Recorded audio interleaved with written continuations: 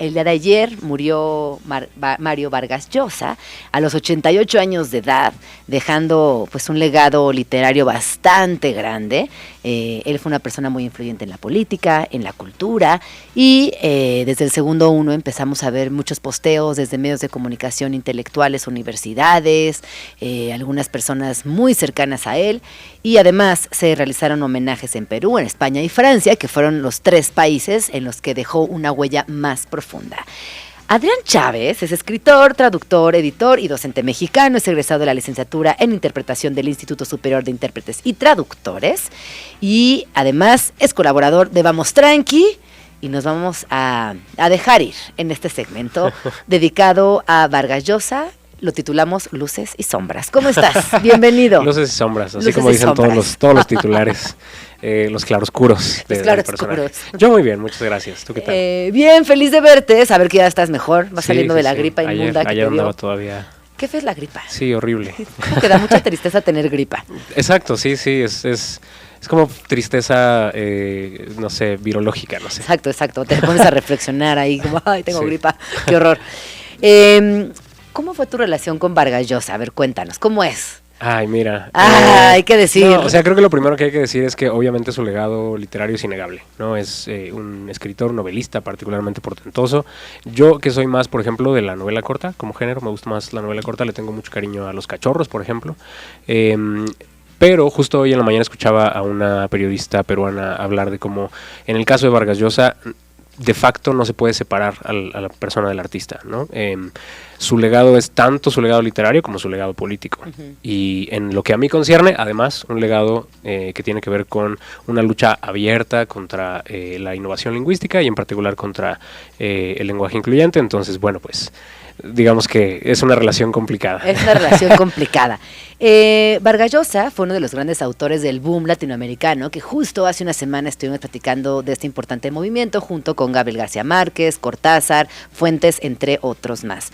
Ganó el Premio Nobel de Literatura en el año 2010 y su literatura combinó magistralmente lo político, lo histórico y lo humano. Y bueno, ya dijimos, fue un intelectual global que escribió tanto ficción como ensayo, también fue columnista en medios internacionales, pero es verdad que hubo un cambio significativo de sus inicios como intelectual y como voz principalmente de la izquierda, y luego dio un cambio sustancial, dio un cambio de verdad bien importante, imprescindible, y yo diría que hasta incómodo para muchas personas. Sí, claro, yo creo que, yo creo que a las personas que les tocó vivir ese cambio, por ejemplo, que vieron, que crecieron, digamos, leyendo sus novelas y que después lo vieron como virar hacia el otro lado del espectro político, pues yo creo que tiene una relación probablemente más compleja uh-huh. Con Vargas Llosa. Las generaciones a las que nos tocó ya leerlo, por ejemplo, en la escuela, o sea, en la universidad, quiero decir, las personas que estudiamos literatura, por ejemplo, y que básicamente conocimos estas dos personas, ¿no? Como la persona política y el escritor. Ajá. Creo que nos cuesta un poco menos de trabajo como ver a esas dos personas, ¿no? Como un poco sí como la misma persona, como decía hace rato, pero al mismo tiempo también como poder disfrutar su literatura sin necesariamente tener que suscribir y de hecho probablemente confrontar directamente sus posturas. Pero bueno, sí es difícil. Es difícil, ¿no? Porque siempre era un tipo como de escándalos, ¿no? Que se peleó con Gabriel García Márquez, que ahora dijo tal cosa, ¿no? Como un tipo que siempre tendió al escándalo, era algo también muy natural en él. Más un tipo que dicen quien lo conocía que era muy imponente, con una voz que prometía mucho, pero sobre todo era muy imperativa, como este personaje pues muy así. Sí, que se nota en la forma en la que se refería, te digo, yo las interacciones que tuve con sus ideas, al margen de mi experiencia lectora, pues, fueron pues desde el lugar de desmentir dichos que llegó a hacer sobre el lenguaje incluyente, un poco sobre combatir un poco esta como esta figura de autoridad intelectual en la que se convirtió y que creo empantana la discusión, ¿no? Porque muchas veces cuando estábamos hablando del tema, por ejemplo, repito, del lenguaje incluyente, de pronto se lanzaba el argumento de Vargas Llosa, ¿no? Como una carta de autoridad, así como, pero el Nobel de Literatura lo dice, ¿no? Y entonces creo que le hizo daño a la conversación, ¿no? O sea, creo que la gente tomó sus palabras desde la autoridad, como desde un lugar de, además de autoridad malentendida, porque digamos, esto es un tema también Espinoso, pero el señor pues era Nobel de literatura, digamos, no era, es más, de hecho entró a la Academia Española con un discurso literario, no tiene nada que ver con la lingüística, digamos, ¿no? Y ese es en buena medida el problema de la Real Academia, ¿no? Que parecen tener estas dos cosas un poco mezcladas, pero bueno, digamos, yendo a sus ideas, en particular en lo que refiere a la lengua, pues sí era complicado porque al final no lo decía desde un punto de vista lingüístico, lo decía desde un punto de vista de la tradición, de su uso personal de la lengua y de sus ideas políticas, entonces pues era un tema complicado, sigue siéndolo, digamos, así como su legado, insisto, su legado literario lo va a trascender y ahí seguirán sus libros y lo seguiremos leyendo, pues también sus ideas probablemente van a seguir siendo instrumentalizadas por personas para quejarse de la lengua en general y del lenguaje incluyente. Claro, de la evolución de la lengua. Les voy a contar de 3 razones por las que fue duramente criticado. La primera, por sus posturas políticas, que eran muy polémicas, ya lo dijimos, su giro hacia el liberalismo y su alineación con posturas conservadoras, que esto pues lo distinguió sobre todo en los últimos años. Era muy directo, ¿no? Con estas ideas sumamente conservadoras. También por comentarios machistas y clasistas, algunas de sus declaraciones públicas fueron tachadas de elitistas o insensibles, especialmente en temas de género o cultura popular, algo que repetimos, hay que separar, aquí sí hay que separar porque si no, no lo vamos a lograr. Y finalmente, las rivalidades públicas, la más famosa, pues con Gabriel García Márquez, que incluye un puñetazo, hubo golpes, fue una ruptura icónica en el mundo literario, se desconoce a ciencia cierta qué fue lo que pasó, pero bueno, estos personajes en algún momento de su vida intercambiaron cartas, eran parte del boom latinoamericano, giraban por el mundo presentando sus obras, así que ahí hay algo que quizás nunca sabremos qué pasó, pero que pasó y que fue muy significativo. Sí, sin duda. Creo que bueno, un poco lo que decía hace rato, ¿no? Creo que al final su legado literario, y incluidas sus misterios y sus dramas y sus peleas, pues, forman parte del legado cultural de Latinoamérica. O sea, creo que es innegable, no se puede separar la presencia de Vargas Llosa, así como la de los otros y las otras personas que formaron parte del boom. Creo que de nuevo van a la par, pues, o sea, no podemos dejar de pensar también en su legado político y en sus ideas, que al final ahí van a seguir y van a trascender, y pues creo que podemos seguir dialogando con esas ideas, incluso pues contradiciéndolas puede si es necesario. Puntualmente, respecto al lenguaje incluyente, ¿qué decía o qué era lo que más repetía en público? Pues mira, es muy famosa una entrevista que dio con Jorge Ramos, por ejemplo, en la que le pregunta pone un ejemplo, Jorge Ramos le dice como si hubiéramos aquí un grupo de mujeres y somos 2 hombres y tal, no deberíamos usar, por ejemplo, la palabra todes en lugar de todos y tal, que de por sí la pregunta no está del todo bien planteada, creo que tampoco es que Jorge Ramos estuviera el más enterado, digamos, de la cuestión, pero famosamente Vargas Llosa rompe en una carcajada y procede a explicar por qué no se debe desnaturalizar, entrecomillando, ¿no? la lengua por una postura política, etcétera, y termina llamándolo una estupidez, ¿no? Que es algo que hizo al menos en un par de ocasiones.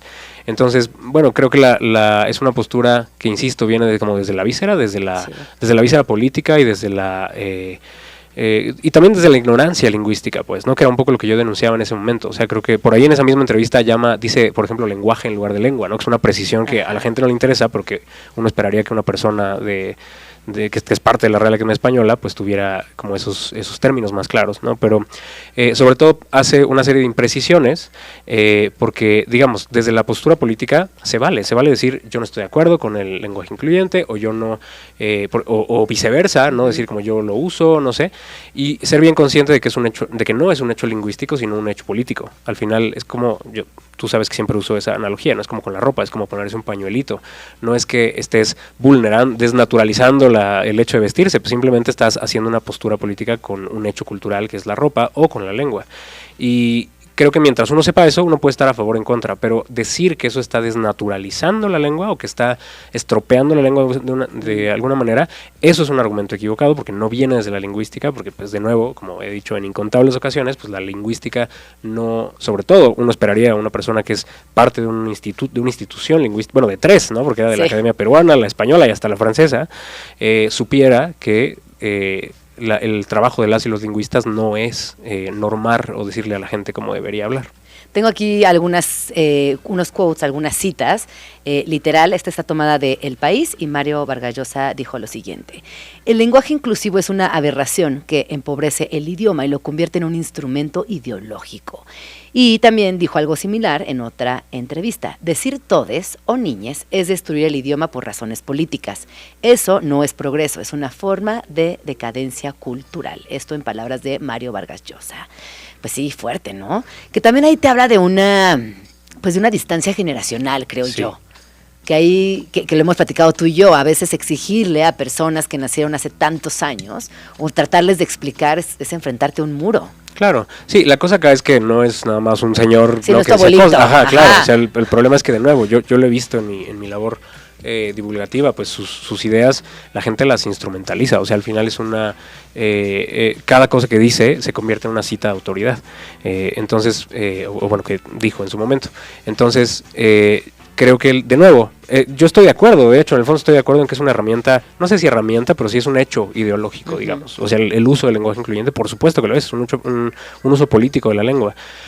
Ahora, de eso no se sigue que esté destruyendo la lengua. O sea, ahí es donde está la trampa, ¿no? Porque, de nuevo, hay muchos hechos políticos en la lengua, ¿no? También del otro lado del espectro político. La cosa es ya tratar de tomar el argumento lingüístico para condenar los usos lingüísticos. Ahí es donde está la trampa, y eso es profundamente antilingüístico, ¿no? Es profundamente anticientífico, y pues era lo que yo en su momento peleaba, y a la fecha, digamos, descanse en paz el señor, pero obviamente la gente va a seguir instrumentalizando esas ideas, y creo hay que seguirlas combatiendo desde la ciencia, desde la lingüística, pues objetiva, y al margen de nuestros usos y nuestras posturas. No, y además concretamente en el lenguaje incluyente, cuando vira hacia la derecha, digámoslo, sí puede ser violento, sí termina siendo problemático porque anula representación de muchas personas, anula también violencias que están documentadas desde el periodismo, desde cifras nacionales, desde muchos lugares que nos construyen, y cuando vira hacia la izquierda, la verdad es que solamente es amabilidad, es identificación, es reconocimiento. Entonces ahí también es como decir, bueno, cuando esto vira a la derecha sí tiene consecuencias negativas,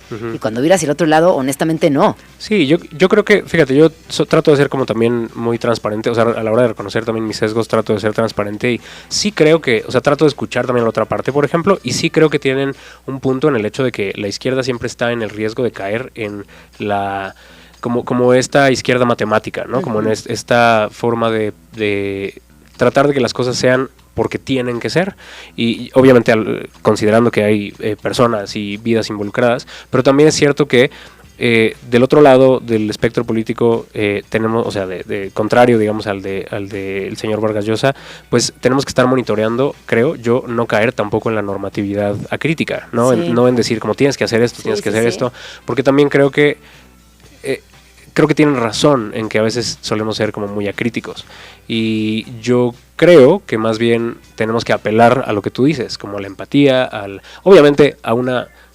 institucionalización última de la empatía, pero sí creo que hay que estar también al pendiente, pero sí, en principio estoy de acuerdo contigo, ¿no? O sea, creo que al final el problema de lo contrario al lenguaje incluyente no es no usarlo, sino todo el andamiaje ideológico que implica el no uso, y todo lo que va en paralelo a eso, ¿no? Que sí suele ser violento. Sí, que suele ser muy violento, y que además es impresionante cómo cada vez más líderes políticos están a favor de que no se use, únicamente como un mandato social, como algo imperativo, de que no se use porque nos genera demasiados problemas, en vez de decir, bueno, pero ¿por qué te está causando problema? Analicemos, veamos de qué se trata. Sí. Es súper complejo. Bueno, ayer igual la noticia fue muy sorpresiva. Si bien ya sabíamos que era un escritor mayor, pues también, de los del boom. Sí, pues creo que, está por ahí todavía Elenita Poniatowska, por ejemplo, ¿no? Que no sé, la verdad no tengo así fresca la lista, ¿no? O sea, no sé a quién se le considera estrictamente del boom y quién no, pero bueno, definitivamente era una de las grandes figuras que todavía quedaba del boom. Y sí, a mí también me cayó de sorpresa, digo, en efecto ya era una persona grande y pues suele ser el caso, ¿no? Pero que yo sepa, no sé si estaba enfermo o algo, pero seguía teniendo una persona pública como muy vocal, y sí, a mí también me cayó sorpresa.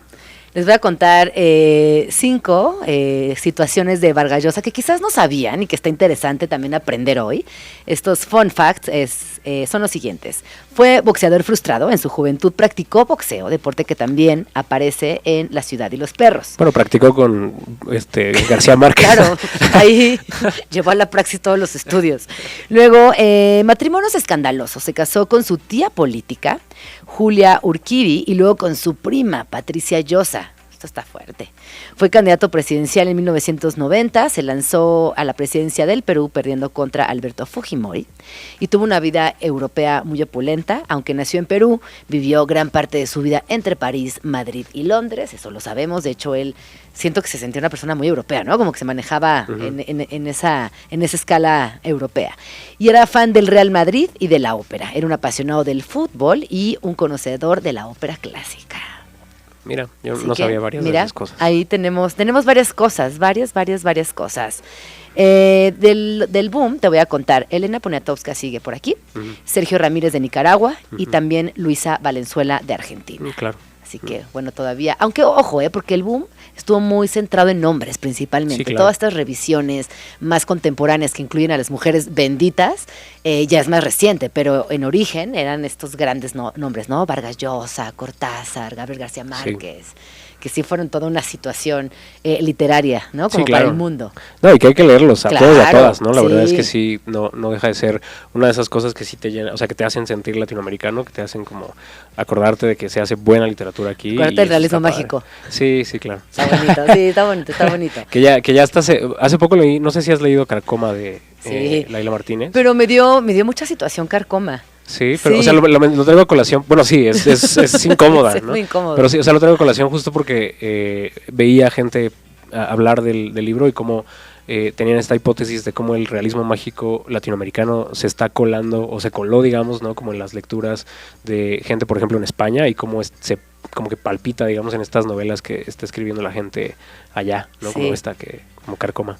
También Mónica Ojeda, claro, sí, Mandíbula, sí. es otra, ¿no? Que tiene como esta cosa del realismo mágico, pero no realismo mágico tan brillante y positivo y sí, no, bastante más oscuro. Es como hacia el otro lado, pero hay algo ahí. Sí, no, mencionaba a Carcoma porque es una novela española. Sí. O sea, porque claro, Mónica Ojeda es ecuatoriana, me parece. Pero bueno, se siente pues como la huella del realismo mágico y del boom, tanto en la literatura contemporánea latinoamericana como en otros lados. Qué interesante, ¿no? Ver cómo de alguna manera van revirando esas corrientes. No, y que finalmente crecimos con eso. O sea, tú y yo somos hijes directes del realismo mágico. Sí, claro. ¿No? Por lo que sea, porque en casa, porque en la escuela, porque en la universidad, pero pues ahí está. Porque te pasa. Porque lo vives, sí, principalmente. Por eso se llama realismo. Totalmente. Oye, bueno, ¿y qué has hecho? ¿Cómo has estado? Siento que hace mucho que no te veo, Adrián. Bien, muy bien. Estoy trabajando mucho en mi próximo libro. Estoy leyendo mucho, investigando mucho. ¿Qué estás leyendo tanto? Estoy leyendo mucho sobre cosas del cerebro, de cómo funciona nuestro cerebro, en particular respecto a cómo opera la desinformación. Estoy trabajando en una cosa ahí que tiene que ver con la desinformación, en particular con la desinformación lingüística, con las fake news y eso, en general la idea de la posverdad. Desde el punto de vista de la lengua, es decir, cuáles son los mecanismos lingüísticos de la posverdad, ¿no? De las fake news, cómo identificar fake news por la vía de marcadores lingüísticos, cosas así. Y también, pues, mentiras que se dicen sobre la lengua. Entonces ya estoy haciendo el tráiler, digamos. Ajá. Oye, empecé a ver Black Mirror, voy al capítulo 3. Híjole, lo de la posverdad, lo de las fake news aplicadas a la vida real. Mira, yo no lo he visto, pero vía digital, está muy, muy interesante. Capítulo 1 y 2 me encantaron. En el 3, la neta, me dormí 2 veces, me costó. De hecho, no lo he terminado, me está costando. Pero bueno, Black Mirror finalmente sí nos pone como en perspectiva de ciertas cosas.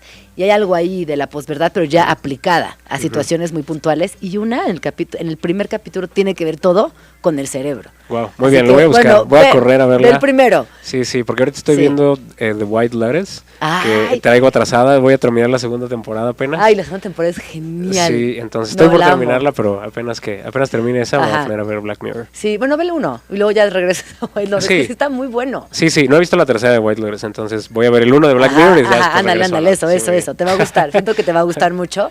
y quizás te haga imaginar esos futuros horribles que se avecinan. Sí, eso no va a mejorar, ¿no? Así algo he descubierto en esta investigación es que esto no se va a acabar. Exacto, eso no se va a acabar. Y luego yo me puse a reflexionar muchísimo de, ¿será que las fake news y como las inteligencias artificiales mal aplicadas y toda la posverdad nos puedan afectar al nivel muerte? Entonces primero dije, no, definitivamente no. Y luego ya cuando acabó el primer capítulo dije, no, bueno, chance sí.